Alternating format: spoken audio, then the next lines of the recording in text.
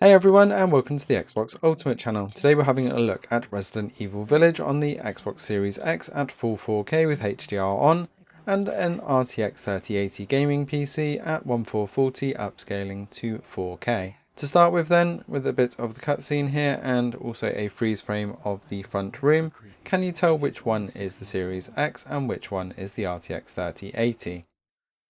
Well, I'll give you a big hint. The one on the right is actually the RTX 3080 with the upscaled 1440 to full 4K. And the one on the left is the Xbox Series X with native 4K and 60 FPS with HDR also enabled. Unfortunately, when I was recording on the PC, the HDR mode did not seem to want to be recorded. So it does have HDR on the RTX 3080 when you want it, but for the recording purposes I did have to turn it off. Looking at the child's bedroom here then and moving around, we see that both are pushing over 60 frames per second. Color wise they are very close. Obviously the HDR version of the Series X here does look slightly better, but the ray tracing effects on the 3080 I think do slightly outdo the Series X here. But both are looking absolutely fantastic with ray tracing enabled here on this cutscene.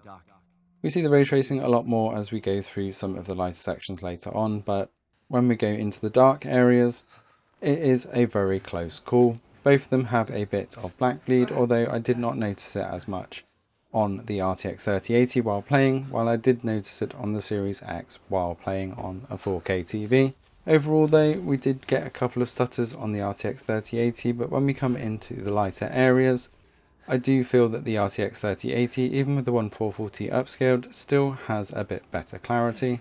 But the Series X is doing a phenomenal job here, considering the Series X is less than the RTX 3080 card on its own. As we look out over the castle section here and come into the building with the gentleman, we can see those differences a little bit more closely, but when we come up close on the character models, especially with this freeze frame expression, the Series X is looking on par with the RTX 3080.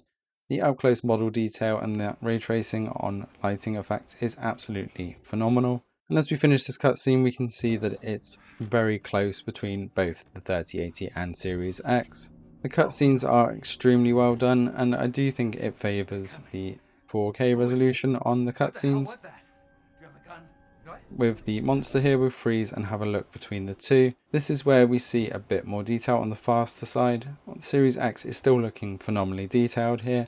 If we look at the monster's mouth though, when we look at the RTX 3080, we can see a lot more detail around those facial features and we can really see that blood effect. But when we are full screen up close, that's the least of the things that we are looking at, and we can see that the Series X is rock solid here at the 60 frames per second and does look absolutely beautiful. Ray tracing, you can see with the volumetric lights around, really does look good, and the detail on the hands here is just absolutely phenomenal. As we switch over and have a look at a bit of full screen action on the RTX 3080, we do see that slight bump in quality, especially on the monster there and the blood effects, and we see a bit more mist around as well. But we do get the occasional stutter still, even though it's pushing over 100 frames per second, and obviously aiming with a mouse is much simpler than aiming with a controller. As we come back side by side then to finish off, considering the price difference between these two, you would expect a much bigger difference. We do see quite a big difference here between the RTX 3080 and Series X with those mist effects and ray tracing going on. The RTX is running full ultra settings here for Resident Evil Village, whereas the Series X is obviously pushing the highest that it can to hold that 4K 60, and does an absolutely fantastic job with matching the RTX 3080's performance here for a fraction of the price.